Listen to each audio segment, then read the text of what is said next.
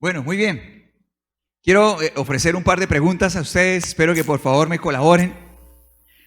¿Cuáles atributos podrían ser? La primera es esta. ¿Cuáles atributos podrían ser indispensables para que un hombre considere a una mujer la chica ideal? ¿O cuáles podrían ser atributos indispensables para que una mujer considere a un hombre el hombre ideal? ¿Con cuál empezamos? Le preguntamos a quién primero, ¿a los hombres o a las mujeres?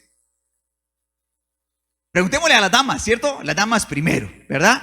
¿Cuáles atributos podrían ser indispensables para que una chica considere a un hombre el hombre ideal?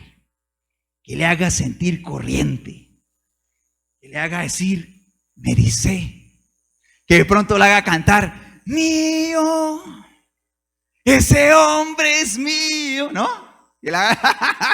¿Qué atributos podrían ser indispensables para que eso suceda? A ver, las chicas, ¿me pueden colaborar? ¿Qué atributos debería tener un caballero para considerarlo el hombre ideal? Ayúdenme, por favor. Que sea sincero, que sea caballeroso. Yo pongo el más importante sobre la mesa, que ame a Dios, ¿verdad? Yo pongo el primero, que ame a Dios. Bueno, segundo, ¿qué más? Sinceridad, que sea caballeroso. ¿Qué más? Que sea cariñoso. ¿Qué más? Reunamos por ahí unos 6, incluyendo el mío. Van 4, nos faltan 2. ¿Qué más? Respetuoso. ¿Qué más? Responsable. Tan linda la mujer. ¿Sí vieron que ninguna dijo que sea guapo? Todos tenemos oportunidad. Todos tenemos oportunidad. Bendito Dios. ¿Quién le da gracias al Señor por eso? Bueno, ahora cambiemos la pregunta. ¿Listo? ¿Cuáles atributos podrían ser indispensables? Y ahora se la entregamos a los hombres. Para que un hombre considere a una mujer la mujer ideal. También traje canción antigua para los hombres. ¿Se la canto o no? Hoy estamos dándole oportunidad a los 80s, a los 90s. Estamos vintage. ¿Se la canto? ¿Cuál sería la de? ¿Alguien se le ocurre? ¿Cuál podría ser la canción para los hombres? Porque eres tú mi chica ideal. Yo te amo. ¿Cuántas mamás se emocionaron y todo, no? Tampoco. Tampoco. Bueno, yo iba a preguntar que cuántas chicas o cuántas mamitas recordaban esa canción, no fue necesario. Bueno, muy bien. ¿Qué atributos de los caballeros a las chicas? Perdón, esto es un enredo. Bueno, de los chicos a las chicas, ¿cuáles atributos para que una chica sea la chica ideal? Que tenga buena sazón. Bueno, vea. Yo voy a poner el primero, que ame a Dios. Yo voy a poner el primero, que ame a Dios. Segundo, según Alfredo, que tenga buena sazón. ¿Qué más? ¿Qué más? Muy bien, aquí la sinceridad. Yo creo que muchas veces nos cuesta a los hombres, incluso caminando con el Señor, bajar del primer lugar eso, ¿verdad? Nosotros tenemos en ese primer lugar bien clavado que sea linda. ¿Cierto que sí? La verdad sea dicha, la verdad. Y tenemos en nuestro corazón que entregarle al Señor ese lugar allá para poder poner en el primer lugar que ame a Dios. Si resulta un conflicto muchas veces eso en el corazón o no. ¿Sí? ¿No? ¿No? A ver, alce la mano el que alguna vez batalló con eso. Yo tengo que alzarla. Yo estuve por ahí mal enamorado, más de una vez. ¿Alguien más mal enamorado por ahí en la vida? A ver, vea que sí. Muy bien, entonces que ame a Dios, primer lugar. Segundo lugar, ¿será que ponemos cuál? Bueno, ya dijeron buena sazón, pero yo creo que ahí podría ir que sea linda, ¿no? ¿Qué más? ¿Otros 3? Que sea amable, ¿qué más? Que sea humilde, ¿qué más? Y uno más, un hito más. Que sea cariñosa, sí, ¿verdad? Que hay hombres que parecemos los ositos de mimosín, ¿verdad? Nos gusta ser tratados con ternura. Muy bien, ahora, y si nos preguntáramos cuáles podrían ser los atributos para que una pareja sea considerada la pareja ideal, ¿cuáles podrían ser? Bueno, a esta pregunta Dios nuestro Padre dio respuesta cuando eligió la pareja ideal para su Hijo, nuestro Señor Jesucristo. ¿Qué pareja sería la pareja de padres ideal? El Señor la responde. Y a lo largo de su palabra hay muchos atributos que tú y yo podríamos ver para poder llegar a esta pareja de esposos que el Señor elige como los padres de nuestro Señor Jesucristo. Y te voy a invitar a que vayamos a Mateo, capítulo 1, versículo 1, y encontremos algunos de esos atributos. Vamos a leer juntos la palabra del Señor. Vamos a leer algunos de los primeros versículos del Evangelio de Mateo. Así que te invito a que leamos el primero, Mateo capítulo 1, versículo 1. ¿Cómo dice la palabra del Señor? Dice, el siguiente es un registro de los antepasados de Jesús, el Mesías, descendiente de David y de Abraham. La versión Reina Valera traduce este texto: Jesús el Mesías, hijo de David e hijo de Abraham. De hecho, esa traducción es completamente fiel al texto original, al texto en griego. En griego dice Jesús el Mesías, dice hijo de David, hijo de Abraham. La NTV, como otras traducciones, nos ponen la palabra descendiente para que podamos entenderlo un poco mejor, pero el texto original dice ¿cómo? Jesús el Mesías, hijo de David, hijo de Abraham. Así que nos encontramos con una verdad muy potente que es mostrada por el Señor a lo largo de toda su palabra, que para elegir a la pareja que ocuparía ese lugar de los padres de nuestro Señor Jesucristo, nuestro Dios, no se remite solamente a un par de individuos, sino que el Señor escoge a toda una estructura familiar. El Señor empieza a buscar desde bien atrás. El Señor empieza a mirar a toda la estructura, porque para tener un buen núcleo familiar hay muchos factores que trascienden incluso el par de individuos. Así que, por ejemplo, cuando un padre le pregunta a su hijo: mi hijo, ¿y usted ya conoce bien a la familia de esa chica? Y de pronto el hijo le dice: papá, pero es que yo me voy a casar es con ella, no con la familia. ¿Quién tendrá la razón? El chico que solamente pone sus ojos y su visión con enfoque puntual en esa chica que le gusta, o tendrá la razón el padre, que sabe que hay muchos más factores que solamente los dos individuos que van a influir en el buen desarrollo de esa familia? ¿Quién tendrá la razón? ¿El hijo o tendrá la razón el padre? Ahora, la lectura correcta de la influencia sobre la familia en el presente no solamente nos permite prever las cosas o los conflictos o las batallas que podrán venir en el futuro, sino que además nos permiten entender las marcas que ya trae un corazón desde el pasado. Entonces, claro, evidentemente, una pareja puede huir de los malestares del futuro. Entonces, por ejemplo, se van a casar y le dicen: no, vámonos a una ciudad lejana. Entonces nos casamos y nos mudamos a Tamalameque. Te empieza a hacer maletas para mudarse allá a Tamalameque, empieza a echar los pantalones en la camisa, y entonces la chica le dice: no, pero allá sale una llorona loca. Dice: no importa, yo prefiero a esa llorona loca que a toda su familia. Chamaleta, y se van para Tamalameque. Entonces se van para Tamalameque, y claro, se van por allá para Tamalameque, y allá se evitan las caras largas, las malas caras de algunos familiares, ¿cierto que sí? Algunas familias tendrán que lidiar con eso, con las malas caras de la tía, de pronto de alguna suegrita, de pronto de algún suegrito, de algún primo. De pronto se van por allá para Tamalameque y se evitan a los familiares chismosos. ¿Habrá familiares chismosos? ¿Alguno de ustedes es un familiar chismoso? Bendito Dios, no. Muy bien, se puede evitar discusiones y peleas futuras, ¿verdad? Conflictos con alguien se los puede evitar. Pero ¿cómo puede huir una pareja que se muda de las marcas del pasado que ya están en el corazón? ¿Cómo se escapa de eso? ¿Cómo se escapa de una vida en ausencia de principios fundamentales en el corazón? ¿Cómo se escapa de una vida de desamor? ¿Cómo se escapa comprando un pasaje y haciendo una maleta de la mala resolución de conflictos, de la incapacidad de hacerlo? No se puede.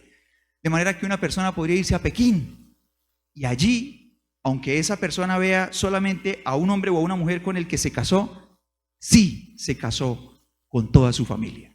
¿Sí está conmigo o no? Evidentemente sí, se casa con toda su familia. Así que el Señor nos permite verlo, y Él elige a una familia, y con su amor y su misericordia, generaciones atrás, empieza a procesarla. Alguien que diga conmigo: procesarla. ¿Cómo es? ¿Empezó a qué? Procesarla, para que un día llegara el momento oportuno en el que Él pudiera elegir a una pareja de esa familia. No a la pareja perfecta, pero sí a la pareja ideal. Nuestras familias nunca serán perfectas. ¿Sí estamos de acuerdo? ¿Somos conscientes de eso todos? Nuestras familias nunca serán perfectas, pero sí pueden llegar a ser una familia ideal. Una familia donde se pueda nacer, crecer y vivir. ¿Quién quiere ser una familia así? Ahora, si la familia de nuestro Señor Jesucristo necesitó ser procesada por Dios para poder llegar a ser lo que debía ser, ¿lo necesitará mi familia y lo necesitará la tuya? Sin duda alguna. Así que, muy bien, vamos a volver a Mateo 1:1. Y antes de que tú y yo lleguemos a José y a María, la palabra del Señor nos muestra dos escalones muy importantes. La palabra del Señor dice así, dice, el siguiente es el registro de los antepasados de Jesús, el Mesías, y nos muestra esos dos escalones. Dice, descendiente o hijo de ¿quiénes? De David y de Abraham. Creo que es muy evidente el atributo que puede representar a Abraham. La palabra del Señor nos presenta a Abraham como el padre de ¿qué cosa? El padre de la fe. Y el llamado del Señor trae como consecuencia el hecho de que él haga parte de la familia del Señor y termina siendo una ilustración muy hermosa acerca de lo que la fe es. Vamos a leer juntos el llamado del Señor a Abraham. ¿Cómo dice Génesis 12, versículos del 1 al 3? Te pido que los leamos juntos en voz alta. ¿Qué dice la palabra del Señor? Dice, el Señor le había dicho a Abraham, deja tu patria, tus parientes y a la familia de tu padre y vete ¿a dónde? A la tierra que te mostraré y haré de ti una gran nación, te bendeciré, te haré famoso, serás bendición para otros y bendeciré a quienes te bendigan y maldeciré a quienes te traten con desprecio y todas las familias de la tierra serán bendecidas por medio de ti. Aquí en esta promesa él está hablando acerca de que de su familia nacería el Salvador, nuestro Señor Jesucristo. En la medida que él empieza a caminar con el Señor, la promesa se hace más clara y tú y yo vemos tres verbos claves. El primero, el Señor le dice, vamos a pedirle a producción que nos regale otra vez el texto para que podamos extraerlos y recordarlos. Entonces Génesis 12:1 dice que el Señor le dijo, primer verbo, dice, el Señor le había dicho a Abraham, ¿qué cosa? Deja tu patria y a tus parientes. ¿Y qué más dice? Y a la familia de tu padre. Y el segundo verbo dice, y vete a la tierra que yo te mostraré. Y entonces, ¿qué va a pasar? Dice, y haré de ti una gran nación. Ahí tenemos los tres verbos. Entonces el Señor le dice, deja. Luego le dice, ¿qué cosa?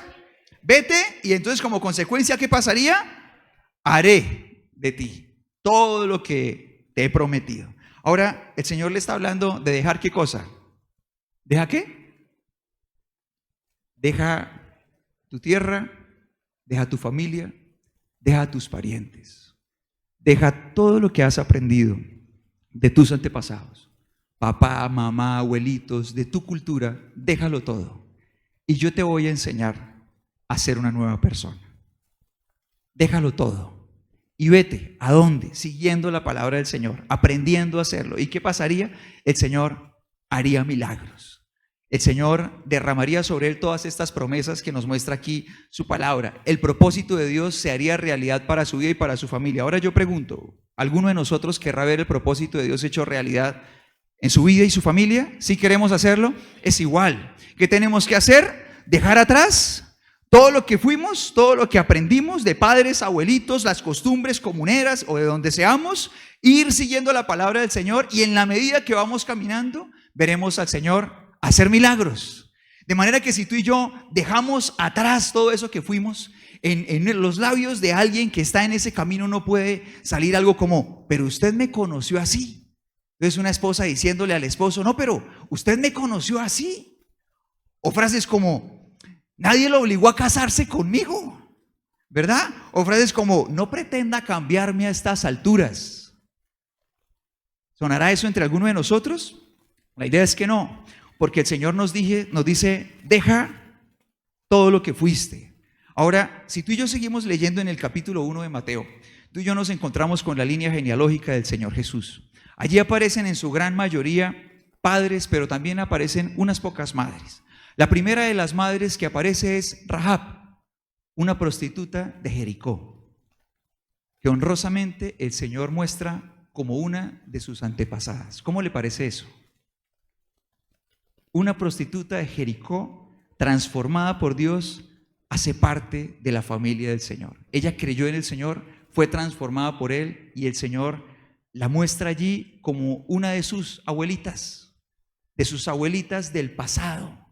Ahora, Tú y yo en la Biblia nunca nos encontramos a Rahab diciéndole a su esposo Salmón, mientras vuelve a ejercer la prostitución, pero usted me conoció así.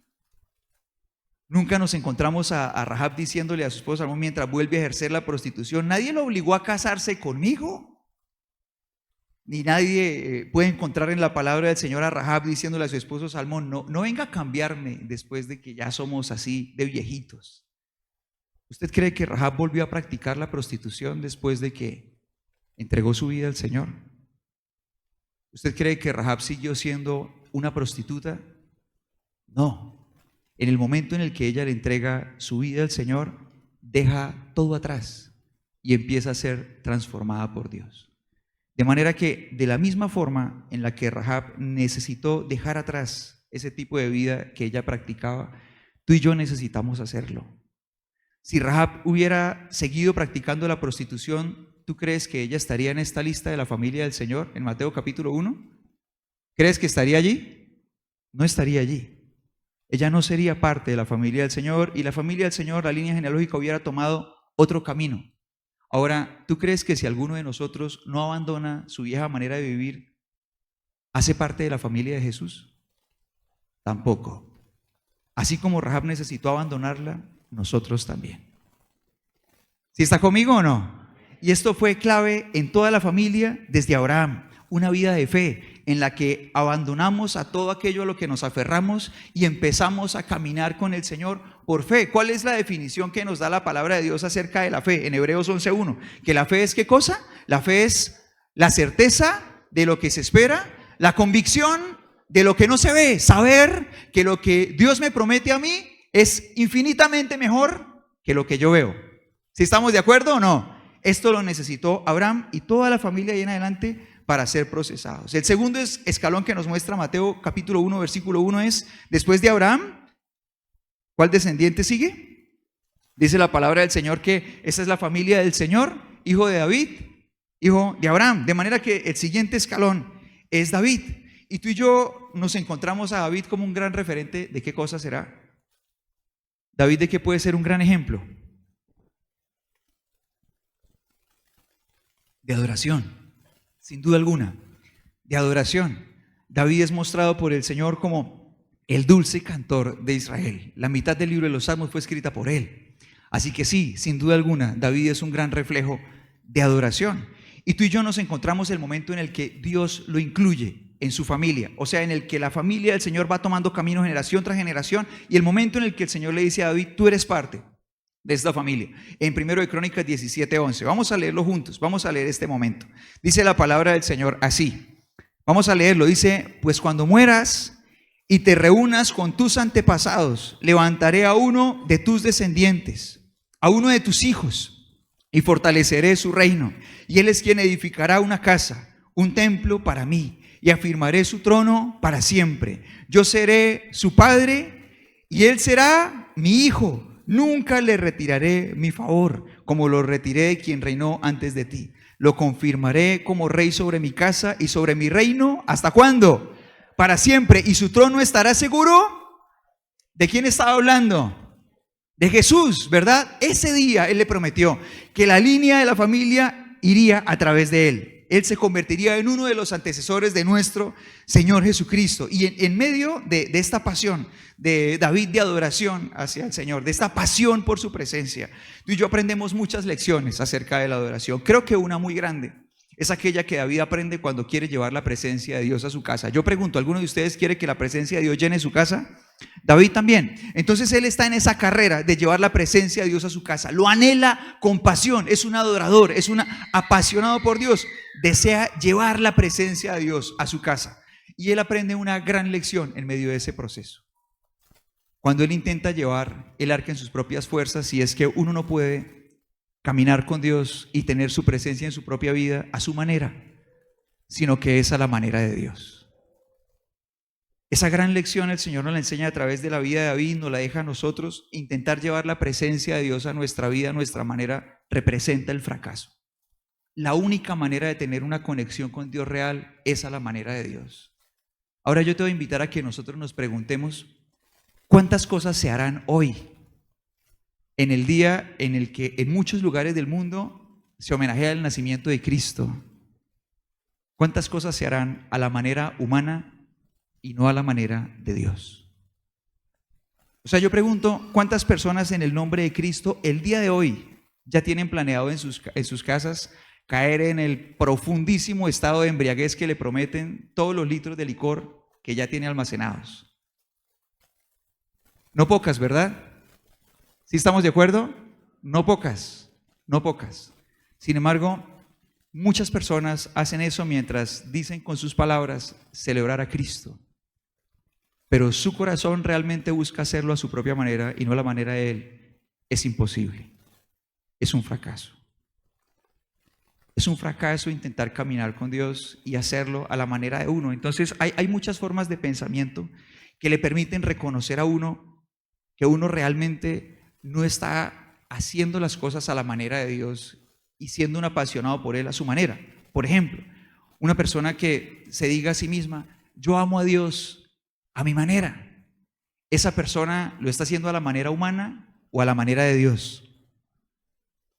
Una persona que dice, yo me alejé de la iglesia, pero no de Dios, ¿lo está haciendo a la manera humana o a la manera de Dios? Humana, mi amado, humana. Es como si un padre le dice a su hijo que lo ama cuando no lo ve hace 10 años. No puede tener esa cara. ¿Estamos de acuerdo? El diseño de la iglesia es un diseño divino y el diseño de caminar juntos como familia obedece a un montón de propósitos hermosos de Dios. De manera que pensar que yo puedo separarme de su familia y vivir alejado de ella, desinteresado de ella, desprovisto de ella, es solamente una idea humana, no es una idea de Dios. Ahora, cuando alguien piensa, no hay que ser tan fanático, hablando acerca de no necesitar ser tan apasionado por Dios, ¿eso será una idea humana o una idea de Dios? Pero sin duda alguna eso puede habitar en muchos corazones. No necesito estar tan allá, no necesito estar tan metido. Es suficiente con que sea menos, es suficiente con que sea poco. Entonces el corazón humano se permite ser un gran fan de algún artista, se permite ser un gran hincha de un equipo de fútbol o de algún deportista. ¿Estará eso mal? No. Está bien ser un gran fan de esas cosas. La cuestión es que yo puedo tener mis grandes amores, puedo ser un gran enamorado de mi esposa, puedo ser un gran amante de mis hijos, puedo serlo. La cuestión es que por encima de esos amores debe haber un amor más alto, una loca pasión. Y esa loca pasión debe ser por mi Señor. ¿Sí está conmigo o no? ¿Sí está conmigo?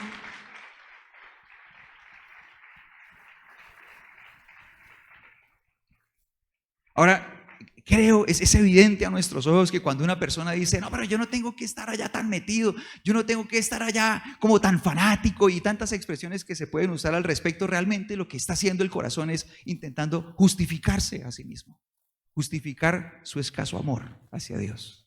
Eso es lo que hace. ¿Sí está conmigo o no? Justificar su pobre amor. Y a mí me impacta mucho una letra de una canción de un cantante argentino que impactó mi corazón, ya partió con el Señor. Él es el vocalista de una banda que se llama Rescate y en una de sus canciones una letra decía que no pretendo, dice, yo pretendo todo tu amor, no la mitad. Es como el Señor hablándonos a nosotros, ¿no? Él escribe esta letra diciendo, yo pretendo todo tu amor, no la mitad, no la mezquina mitad de tu amor.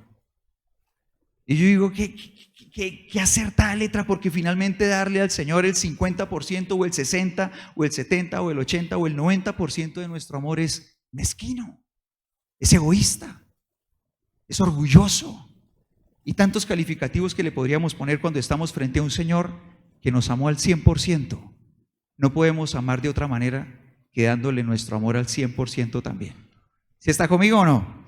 Muy bien. Ahora David luchó con esto, batalló con esto. Él descubrió el fracaso de intentar ser un adorador en sus propias fuerzas, bajo sus propios términos, así como tú y yo fracasamos intentando hacer muchas cosas en la vida lejos de los propios términos de diseñador de la vida, que es nuestro Dios. De manera que David lucha con esto y muere a estas cosas y aprende que la única forma de ser un apasionado por Dios y de adorarlo es aprendiendo de nuestro Señor, aprendiendo a amar del diseñador. Y por eso tú y yo nos encontramos una preciosa descripción de David en Hechos 13:22. te voy a pedir que lo leas conmigo. ¿Cómo dice la palabra del Señor? Dice Hechos 13:22, pero Dios quitó a Saúl y lo reemplazó con David, un hombre de quien Dios dijo, he encontrado a David, hijo de Isaí, un hombre conforme a mi propio corazón. Él hará todo lo que yo quiero que haga. Después de ese gran fracaso de no poder llevar el arca que representaba la presencia de Dios a su casa, David se preocupó por conocer lo que Dios decía acerca de esto. Y cuando él reúne a su equipo para ahora sí hacerlo por primera vez, correctamente ese desplazamiento, la palabra del Señor nos muestra sus palabras y su toma de conciencia. Mira lo que dice 1 de Crónicas 15:13. Vamos a leerlo juntos.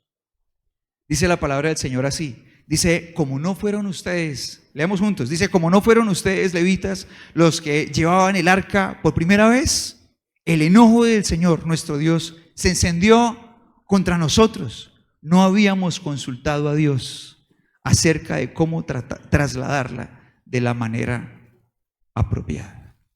Ahora yo vuelvo a preguntar, ¿alguno de nosotros querrá que la presencia de Dios llene nuestra vida y nuestra casa? Que la presencia de Dios llene nuestra familia. No se puede a nuestra manera. Necesitamos todos los días preguntarle al Señor cómo se hace. ¿Sí está conmigo o no? Todos los días necesitamos preguntarle al Señor cómo se hace. Así que tú y yo tenemos este gran escalón de Abraham, de David, y por supuesto vamos a dar un salto a los papitos del Señor Jesús en esta tierra. ¿Cómo se llamaron ellos? Después de estos principios tan potentes, de estos recursos tan poderosos que el Señor puso en la familia, de fe, de adoración, bueno, en la palabra del Señor podemos encontrar muchos más, pero hoy a partir de Mateo 1 vamos a tomar estos dos, que Él destaca estos dos escalones. Tú y yo podemos llegar a parte de la identidad de esta familia y que tú y yo encontramos de una manera muy hermosa en esta pareja de esposos. Algunos lo dijeron tímidamente, ¿cómo se llaman? Vamos a decirlo más fuerte, ¿cómo se llaman los papás terrenales del Señor Jesús? ¿Cómo se llaman? José y María, que son un gran ejemplo de muchas cosas, pero creo que una de las virtudes muy grandes que tú y yo podemos aprender de ellos es la obediencia. La obediencia que siempre es por nuestro propio bien. Tú y yo podemos convenir en que como seres humanos podemos tener una mala idea acerca de la obediencia, porque los seres humanos le podemos dar una mala reputación a lo que es la autoridad y a lo que es la obediencia. Un ejemplo sencillo. Entonces un padre de familia, está uno sentado allá en un sofá, todo perezoso, y el hijo está sentado en el mismo sofá, todo perezoso al lado, y el control del televisor está a 3 metros de los dos. Los dos están cansados de un día extenuante, cada uno haciendo sus cosas, trabajando. El chino llegó por allá de jugar fútbol y todo, está también muerto. Se sentaron los dos y el papá quiere cambiar del canal. Pero como es la autoridad, en lugar de pararse él, ¿qué hace? Usa al empleado biológico, ¿verdad? ¿Y qué le dice? Alcánceme el control, ¿verdad? Y puede llegar el día en el que el chino aburrido le diga, ¿y por qué no me para usted? Y ¡ay! Lo regaña el pobre, corra, escóndase abajo de la cama, ¿cierto? Y mal de él, ¿verdad? Pero llega un momento en el que se harta de esa autoridad, porque la obediencia termina siendo una obediencia que responde a los deseos egoístas de alguien más. Y muchas veces cuando llegamos al Señor y el Señor nos habla acerca de obediencia, y cuando se nos enseña en la casa de Dios acerca de la obediencia, tememos abrazar la obediencia porque creemos que los mandamientos de Dios obedecen a los deseos egoístas de un ser superior. No es cierto. La obediencia al Señor obedece solamente a su deseo de nuestro bienestar. Entonces por eso tú y yo encontramos en la palabra de Dios que dice esto en Deuteronomio 5:29. Dice la palabra del Señor, leamos juntos. Dice nuestro Dios, hablándole a su pueblo y hablándonos a nosotros. Dice, oh, si siempre tuvieran un corazón así. Leamos juntos, dice, si estuvieran dispuestos a temerme y a obedecer todos mis mandatos, dice, entonces siempre les iría bien. ¿A quiénes? A ellos y a sus descendientes. De manera que la obediencia siempre procura una sola cosa: nuestro bienestar. Nuestro bienestar. Y esta pareja es un gran ejemplo de obediencia. Y cuando el Señor, en medio de todo ese proceso de familia, encuentra el momento ideal y encuentra la pareja ideal, encuentra en su corazón este atributo precioso. Encuentra en esta pareja la pareja precisa para que suceda en esta tierra la Navidad, el nacimiento de nuestro Salvador. Así que tú y yo, si exploramos el capítulo 1 y el capítulo 2 del Evangelio de Mateo, ¿Sabes cuántas palabras nos encontramos de José? Ninguna. ¿Cuántas palabras nos encontramos de María en el Evangelio de Lucas? Un montón, ¿verdad?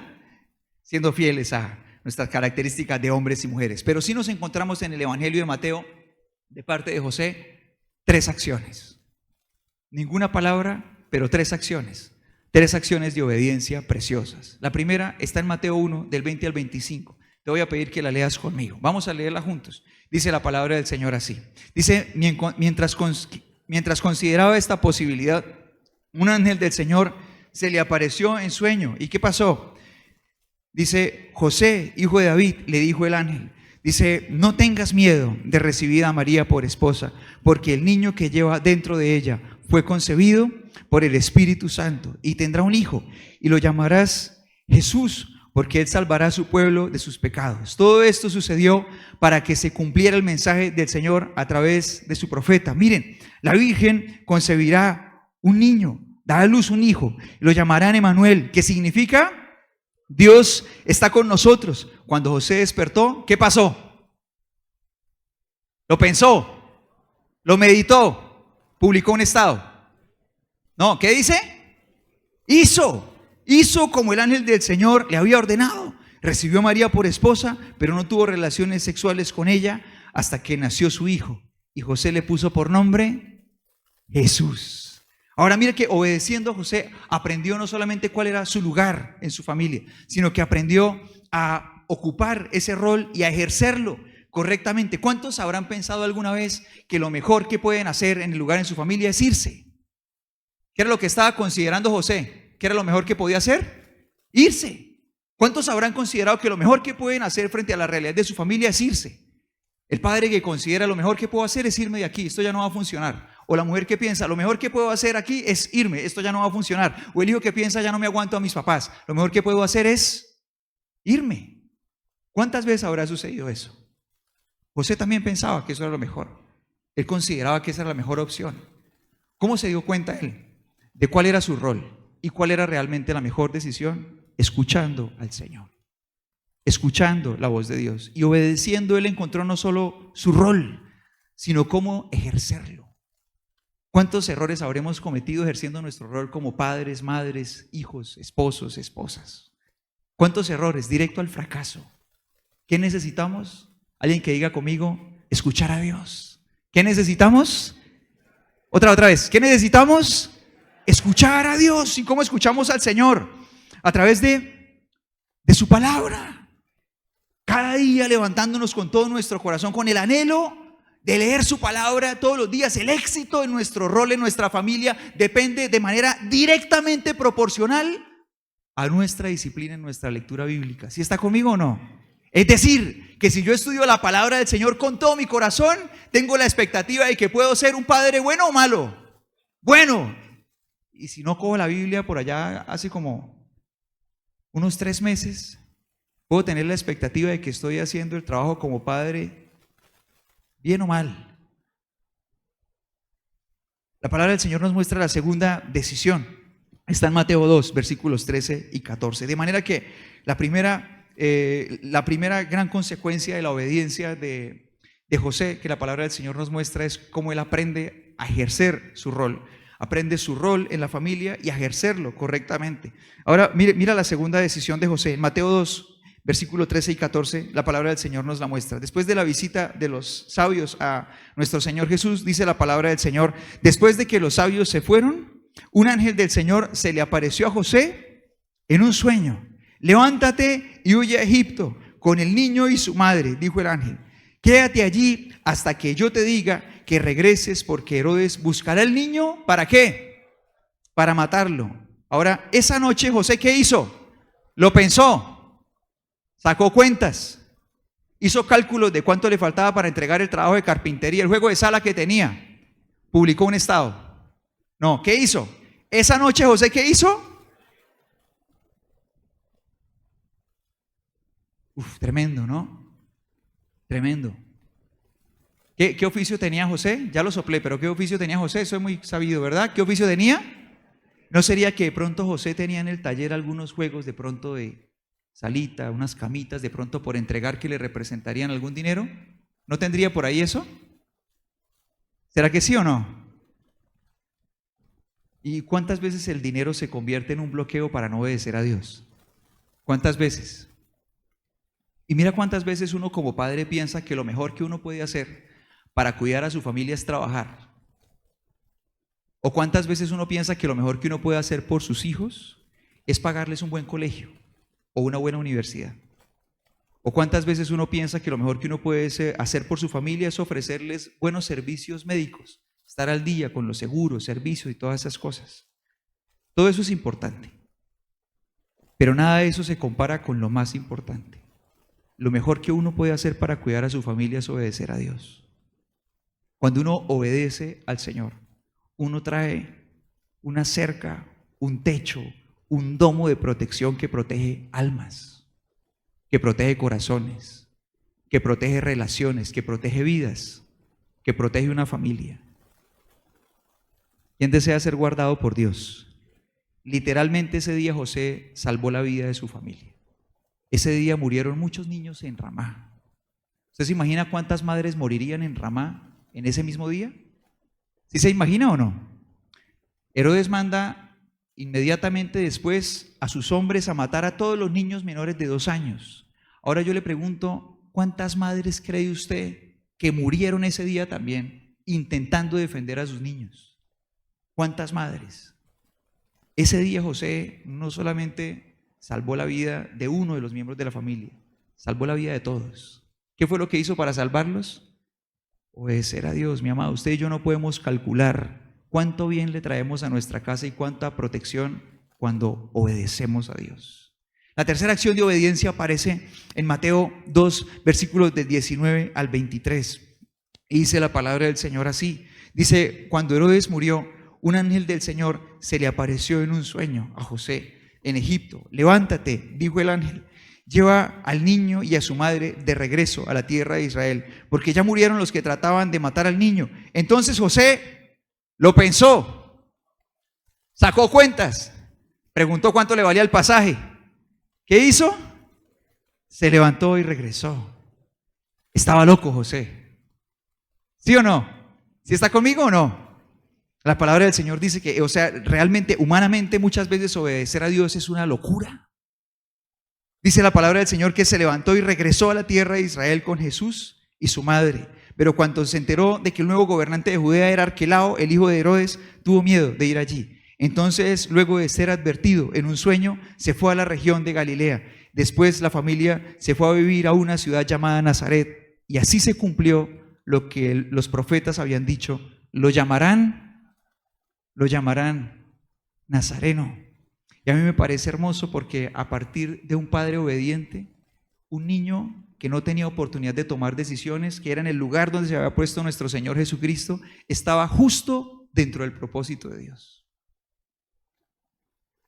Usted y yo, creo, deseamos vivir en el propósito de Dios. ¿Quién desea el propósito de Dios para su familia?